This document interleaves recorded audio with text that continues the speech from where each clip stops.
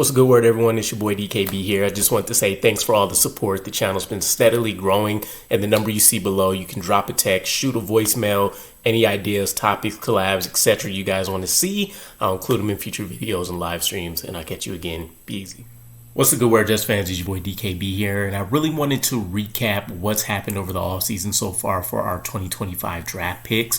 And I guess essentially you can say this is more of a training camp preview, just kind of a stock report, right? What's going on? How should we be feeling moving into training camp, and kind of what some of those expectations look like. So we're, of course, kicking things off with our first round pick, Armand Membou, our new right tackle that looks like he's going to be a starter, right? I think one of the things that have rang true with Aaron Glenn already is the fact that he's stated multiple times he's not afraid to play his young guys. He's learned this from, legends past along his coaching journey. And so Armand Membou is a guy that I can't even recall having to work up the depth chart. It feels like he was put on the starting line, and he really hasn't done anything to lose it since, which is a good plus because I think for all of the hype that he's gotten around his athletic profile, and for what it's worth, not only was it the fact that Aaron Glenn and Darren Muji loved Armand Membou, but you even had, for what it's worth, Joe Douglas, who considered him the tackle in the draft with the most upside and someone that he really fell in love with as well prior to picking back up a scouting job with the Eagles. Everyone seems like they would have, it was inevitable that he was going to end up rising to the spot that he was at, right? If it wasn't the Jets, it would have been one of the immediate teams, I feel like, following the next couple of picks. So outside of that, outside of the fact that he's gotten crazy comps like Jason Peters, there wasn't a whole ton of opportunities over the course of minicamp so far for him to put on display what he would really excel at, right? Which is going to be getting that, 330-pound body on the move, disposing of guys left and right, burying these guys into the ground.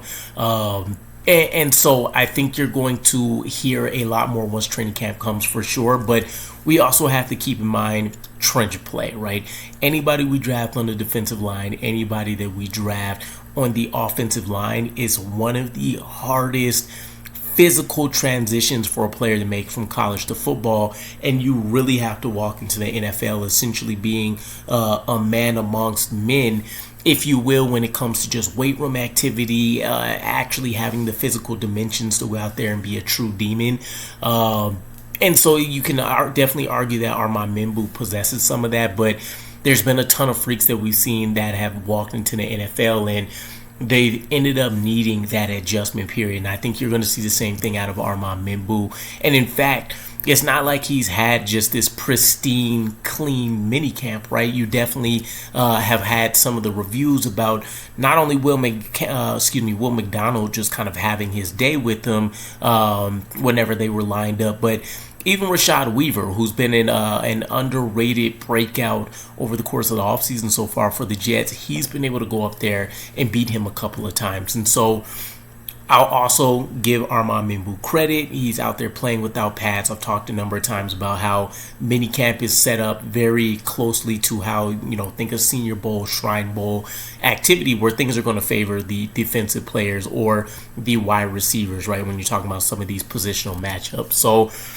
in Armand Membou's case, he did highlight pretty early on in the offseason that he was only focused on a couple of things, right? He needed to do some changing to the footwork, presumably considering what Tanner Engstrom plans on running and what Steve Heiding is requesting as part of being able to make that adjustment.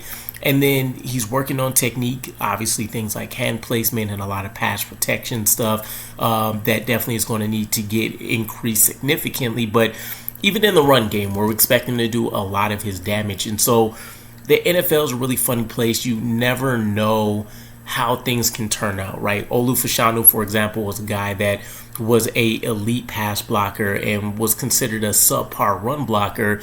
He ended up grading out better as a run blocker than he did in the pass protection game, even though we were still high on what he did there as well. So Armand Membou can do the same thing and end up flipping things on his head where he ends up being a much better pass protector out of the gate and maybe struggles in the run game, or maybe he stays true to his calling card. So I'll be interested to see that. You also have to imagine they're going to play to his strengths, allowing him to be able to get out there to the second line of defense and go out there and, just play that heat-seeking missile role.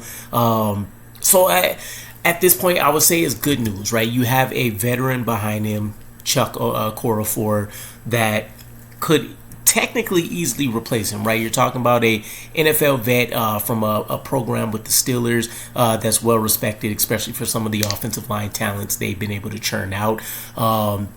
And so the fact that he's been able to hold him at bay and walking into training camp, you're talking about him having the starting role. And at that point, the clock starts ticking a little bit, right?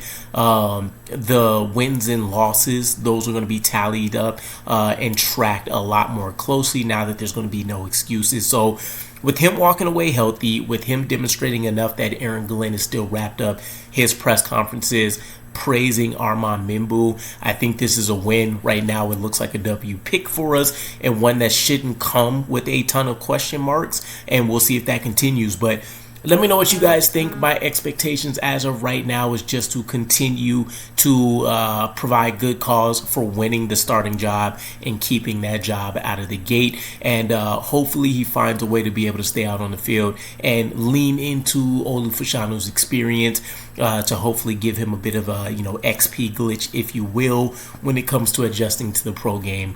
And I'll catch you guys again. So let me know what you think. Have a good one. Peace.